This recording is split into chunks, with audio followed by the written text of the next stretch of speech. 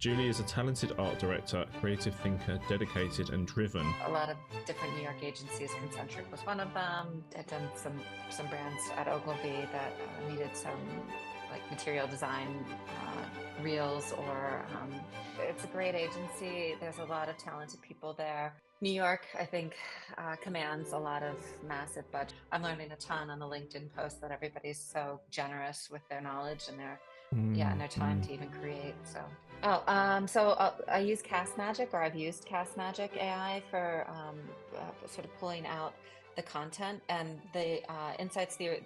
So I'll do interviews with consumers that we think are the right demographic.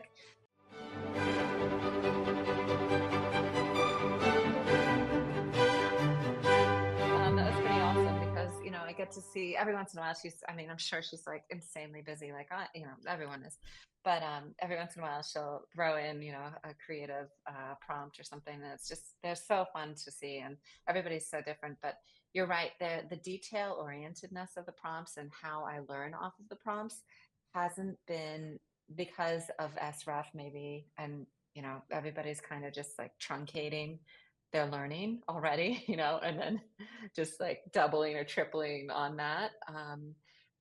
That to me, like, sometimes I use the like a reverse brief. I backs off, I use the describe feature and then I break it all down. I'm like, right, yeah, that would make sense. And then that's how I kind of pick stuff up again. But yeah, it's Yeah. really interesting. Yeah, I was the same actually until CREF came along and SREF.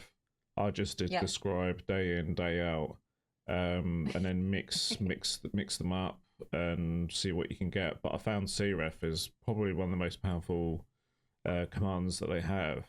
My artwork is just so much better now. It's like I can't believe I'm producing stuff like that. Yeah. Do you feel like you're producing it? Yeah, You know? I ask myself this quite a lot actually. I always have my friend's voice in the back of my head, who's not into AI as much as I am, and he would say, he'll probably see this video. He would say, "But are you producing it though? It's not really you."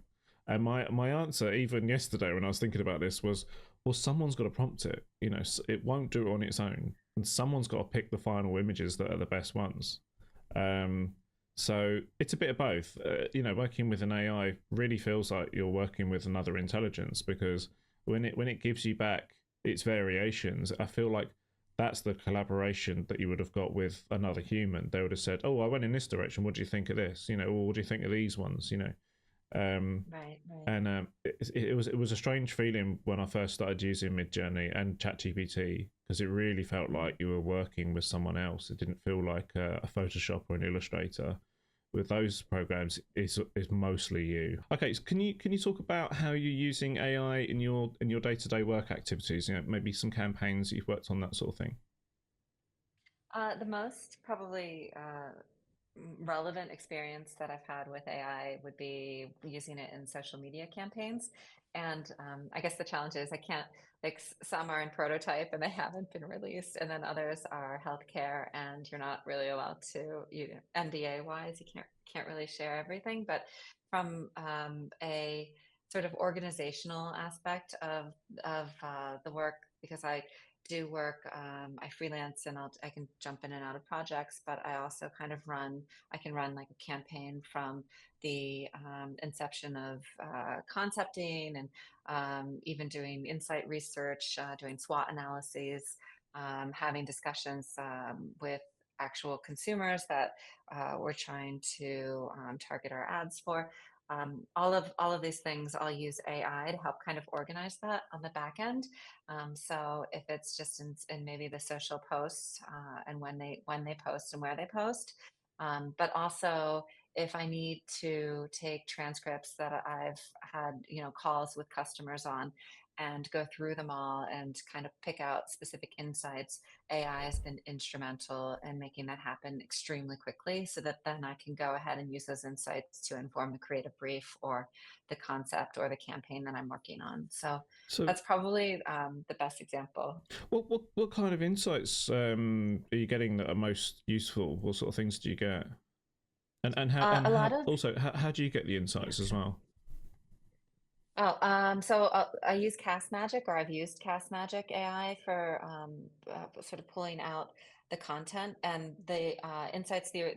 So I'll do interviews with consumers that we think are right, the right demographic. We send out like an email blast to everyone. I'll write some surveys, send those out. So whether or not you want to have a chat like this, sort of one-on-one, or if you just want to fill out a quick survey and send that back, that's sort of where we get, I guess, the original content. Ah, okay. And then from those, and when I'm on a call or having a conversation about the product and asking the specific questions that I've written sort of an outline for, that could also be probably run through AI. I haven't really done too much of that, but I'm sure that could probably help support some or expand on some of the questionnaires. That'll get reviewed by clients. Clients will say, yes, we love that. Or, no, you missed this question, or whatever it might be, until we're right. It's perfect.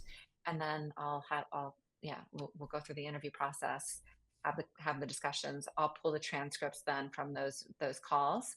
And then I'll take those transcripts and use an AI program in order to help me, with specific key questions. Like, this is what I want out of the information that I've just asked.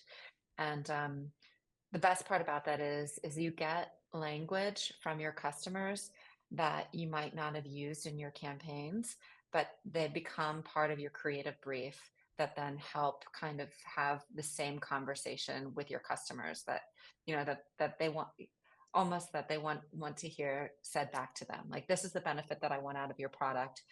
You take a look at that in a campaign, you visualize that in multiple ways for carousels, for all of the different meta formats that you need for social. And then that's how the campaigns are built. Of course, there's a bit in between, but but yeah, it definitely does help to use AI through that process. Yeah, that's good because I like the way you're using the market research and you're using that to almost drive your campaigns because some business owners in the UK, they just don't care. They just don't care what people have got to say. And even if you tell them, no, it's really important we listen to what they say and we've got to mimic to a certain extent what they say in our writing and so on like that and our positioning even, um, they just don't get it.